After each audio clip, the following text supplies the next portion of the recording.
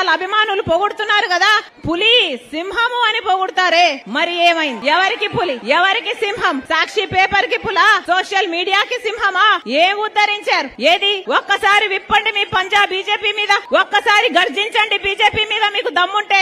ఒక్కటంటే ఒక్క వాగ్దానం నిలబెట్టుకోలేదే, అయినా కూడా ఒక్క ఉద్యమమైనా మీరు చేయకపోతే మీరు ఆంధ్ర రాష్ట్ర ప్రజలకు ద్రోహులుగా మిగిలిపోరా? చరిత్ర మిమ్మల్ని క్షమిస్తుందా? ఏం చేతనైంది మీకు? కేవలం బెదిరింపులు, కేవలం బూతులు తిడుతూ సొంత ఆడబిడ్డల్ని బజారుకి ఇడుస్తున్నారు, వ్యక్తిగతంగా దూషణలు చేస్తున్నారు. ఇదే చేతనైంది కదా మీకు?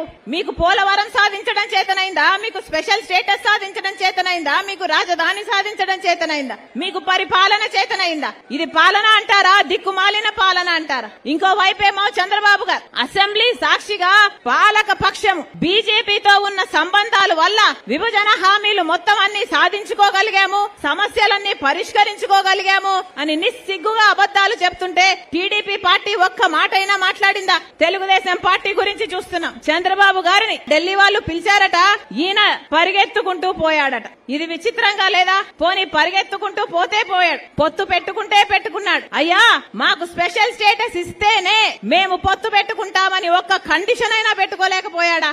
అది లేదు. ఎందుకంటే ఆయనకు చిత్తశుద్ధి లేదు కాబట్టి. వాళ్ళు పిలిచారట, ఈయన పోయారట. పిలిస్తే పోవడానికి, ఆపుతే ఆగమనడానికి ఈయన ఆంధ్ర రాష్ట్ర ప్రజలకు ప్రతిపక్ష నాయకుడా లేకపోతే బీజేపీ కార్యకర్తనా? ఒక్కరికంటే ఒక్కరికన్నా ఇంగితం ఉందా?